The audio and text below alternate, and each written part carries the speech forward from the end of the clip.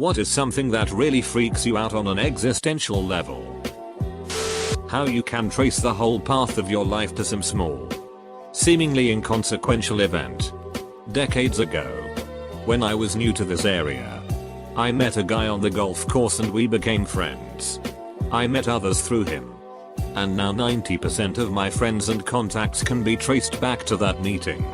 If I had not golfed that day, or got one extra red light on the way to the course, would I have a whole separate set of friends now? Great one.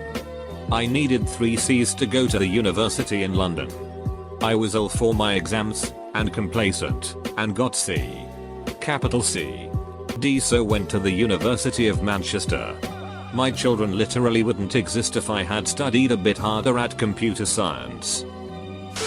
That every public institution, every province of government, every law of any nation, it all works because a sufficiently high percentage of people silently assent that it does. It doesn't matter what type of government is in place. If 70% of the population woke up tomorrow and decided that currency has no value and governance is unnecessary, that's exactly what would happen. Looking at the old photos of my ancestors that my great uncle left me, I have no idea who any of the people in them are. But a lot of them look kinda like me, or vice versa really. It's fucking weird thinking about all the people who've lived and died and left really no legacy at all. Forgotten. And knowing I'll be forgotten too. Probably less than even 50 years after I die. It's sobering and makes me realize there is really no use trying to live a life I don't enjoy. If I don't like my job I should quit.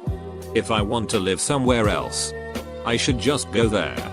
Tomorrow is guaranteed to no one. That the tiniest, most inconsequential decision can completely change the entire course of your life. Nearly 20 years ago, I needed some new shoes for work. As a poor student I got the cheapest pair I could find.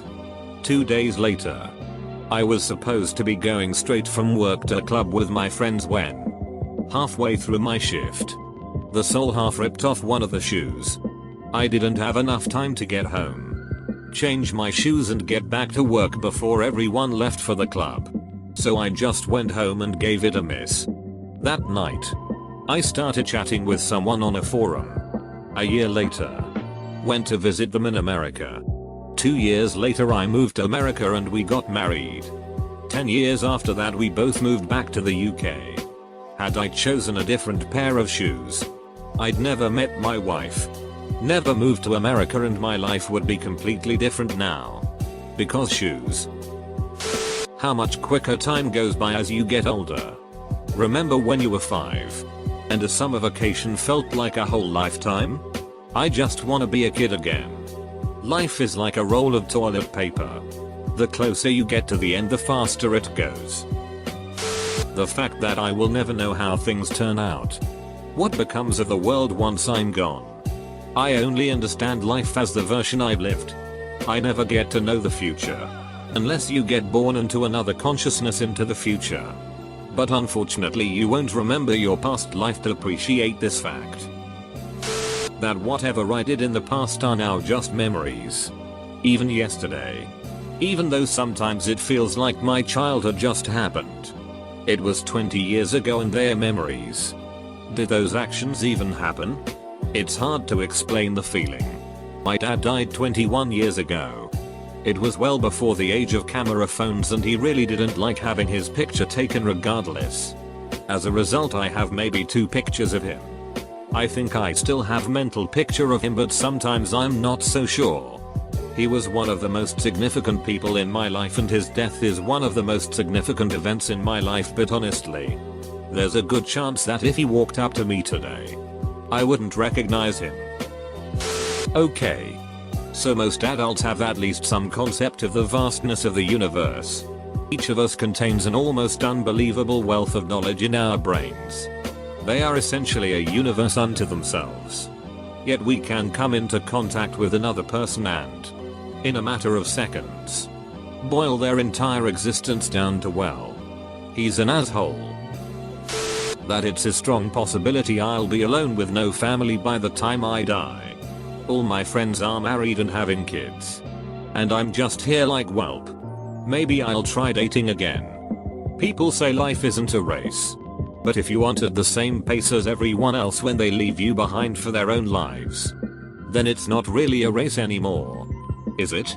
You just kind of hobble for a decade, then cry at intersections when a red light takes too long. How we could die at any second. Today. Tomorrow. In a week. In the next 5 minutes. And nobody can stop it. Death is one of the true guarantees of life. I'm not sure what's worse, knowing you're dying, or dying without knowing it. Everything is disintegrating. Nothing is as immortal. The television remote on the coffee table will not be a television remote in enough time. Even if that means thousands of years have to pass before it loses its intended form. I probably won't be remembered. On a long enough scale. None of us will. I'm gonna try answering with a positive twist. Death, life, and time are interchangeably meaningless. You can be dead and continue to exist, influencing the living in a manner indistinguishable from when you breathed and perspired. I had a friend kill himself a couple years back, and I'm still running into that methodica. He's still an active part in whatever life it is that I'm experiencing. It's more than he's still in our hearts and serves as a bit of icing on an otherwise bland existential funereal cake. The more people that I lose, the less troubled by death I become. The closer I come to death, the friendlier it seems. Death invites us not to terrorize, but to remind us, none of this is real anyways, come on in. That no matter how much you get to know someone, no matter how much you share your life, learn about them, feel as though you are almost the same person, there will always be an infinite gulf between who you think they are and who they really are. You cannot know someone else. You can only know your perception of them. Your experience of that person flows through the filter of your personality, your experiences and memories, your biases and intuitions. You don't know them. You know your conception of them. Subjectivity of experience makes truly knowing another person completely impossible. We are all perfectly isolated souls, completely separate from everyone else, desperately reaching out to convince ourselves we aren't really alone. What caused the Big Bang if nothing existed? Or has something always existed, and if it has, where did that come from? I can recommend watching a lecture by Lawrence Krauss called Why There Is Something Rather Than Nothing.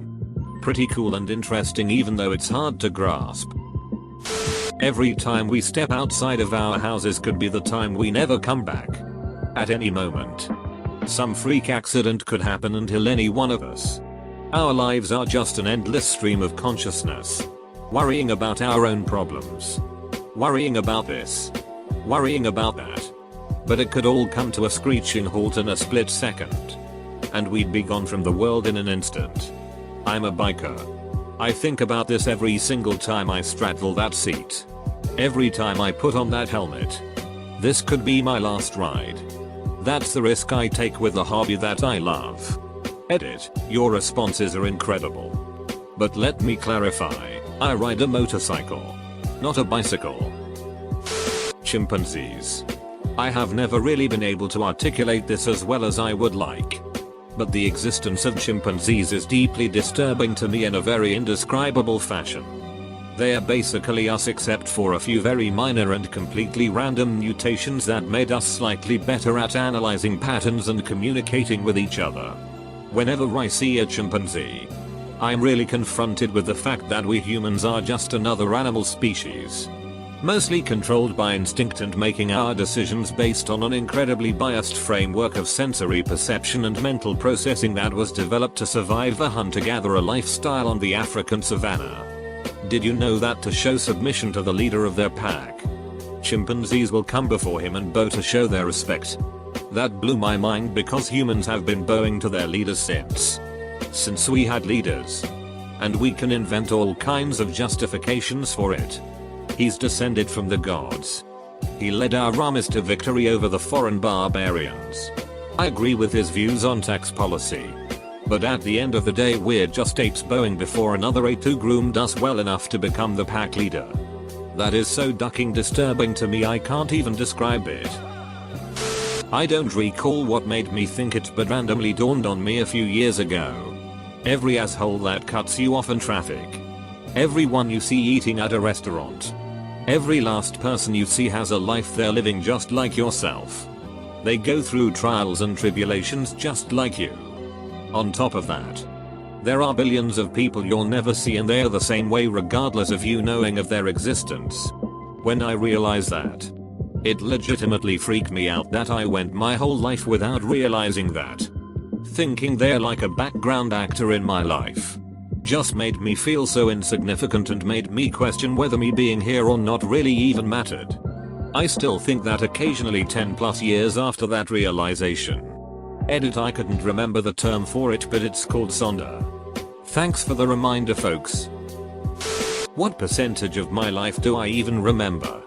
My childhood is a dim memory. But so are many average days of my adult life. Keep a diary. Even a few notations in a day planner can bring back a wealth of memories.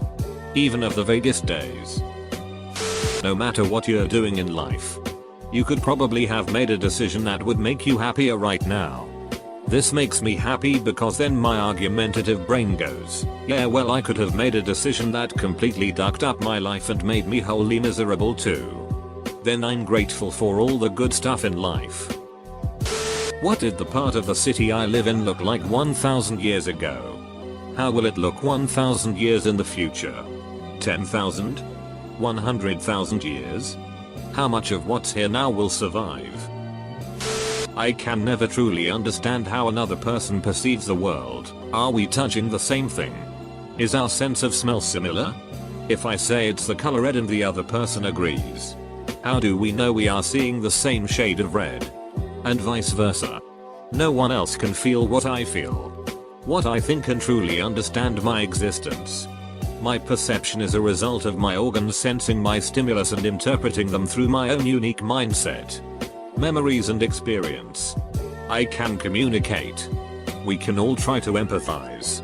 We write, read, sing, create videos, create wide media to share our lives. We love and care. But we are all truly alone. Always. Our perception is the only one that is available to us and no way to share it with another. When I'm traveling by plane in a different country and I'm looking down to the ground and see cars, buses and everything driving around on the countryside or a city, and I think to myself, down there is people living life exactly like I do and doing their everyday thing. Makes me think how big the world actually is and how tiny you are as a person. That freaks me out a bit. My funeral will probably be attended by less than 10 people. Fewer than 10 people. You're absolutely correct. I feel like a complete chump. I'm leaving my terrible grammar above for all to see.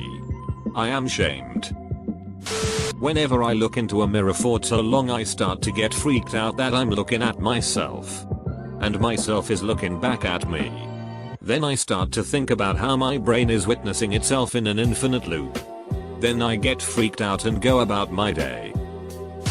There's this one theory that says that when we have near-death experiences, we actually do die, but our consciousness jumps to another alternate universe where that exact outcome didn't happen and you live. The thing that freaks me out is I've had a lot of those experiences and I'm afraid I've left my loved ones mourning somewhere else. I have no interest in having kids. That means that I am the final result of thousands and thousands and thousands of years of evolution and successful reproduction. Is the person who wakes up the same as the me that went to sleep? Or a new consciousness that just remembers everything I did? Am I just the sum of my memories? What makes me me? Knowledge lost. Societies that existed millennia before ours had incredibly complex social structures, massive infrastructure, built incredible wonders, understood boggling amounts of modern math, and did it all in harsher conditions with less technology. So clearly they were smart and capable. At least some. Imagine all the great knowledge that they had which we lost. All the theorems or observations they made in societies that lasted 10 times as long as many of today's, which disappeared in war or accident. Knowledge defines man. We are a species of filers who wish to make pattern and sense out of chaos. Yet knowledge is so very fragile. This was said a million times, but there was a time where you played outside with your childhood friends for the last time and none of you even knew it. My mom had a miscarriage before me. I often wonder what this world would be like if that baby made it. What would they experience? Who would they be? Thinking about getting married, moving on, my life, having kids, etc.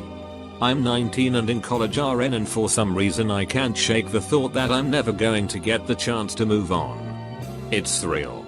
Like I'm a different species than normal people or something. This is something I've experienced too. I remember feeling this way before I entered college and again now as an incoming senior in college. I wonder if it's simply denial? Being anxious, having no possible way to know what the future truly contains, leads to our minds going blank and not being able to picture what's next.